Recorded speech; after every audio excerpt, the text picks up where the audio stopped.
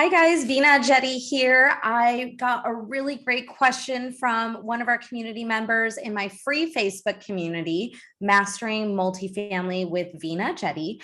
And the question is I'm an anesthesia provider and I also speak Spanish. Should I, as a new sponsor, be reaching out to people that are already targeted highly, like medical professionals, or should I be going and speaking to high net worth individuals or high income earners in Spanish speaking countries that don't necessarily live in the US when I'm trying to raise capital? This is an awesome question. And this is exactly the type of question you want to be thinking about as you're deciding how to start raising capital and what you need to do next.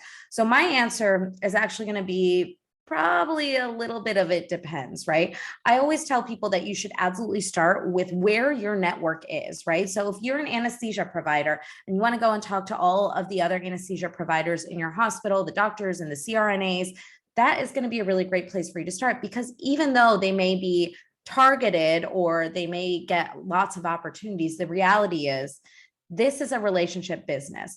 And so you have a relationship with them. You want to utilize that to present opportunities to them. And there's nothing that says an investor cannot look at 100 different opportunities before deciding on the right one for their personal portfolio. We call it personal finance for a reason, because it's personal to them. So you have a relationship, make sure you utilize that and present these opportunities to them.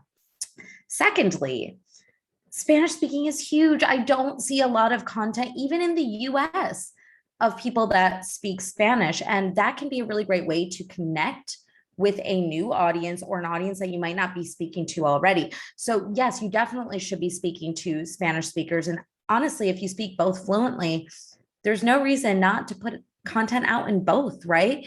And I actually read a really interesting statistic that if you speak both Spanish and English fluently, you can communicate with 80% of the world's population. That is massive. That is how large your reach is, probably without even knowing it. So make sure that you are utilizing your content to reach new individuals. Maybe you could reach out to medical professionals in Spanish, or there are people here that even though maybe they speak English, their mother tongue or their preferred language is actually Spanish.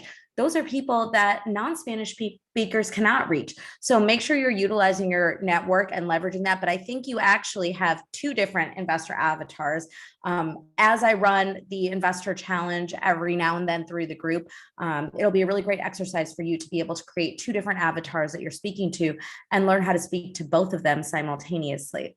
If you're watching this and you're not in my group yet, make sure you join Mastering Multifamily with Veena Jetty. It's an awesome community with other like-minded investors, and we all help each other and learn from each other. But thanks for tuning in, and I'll see you in the group.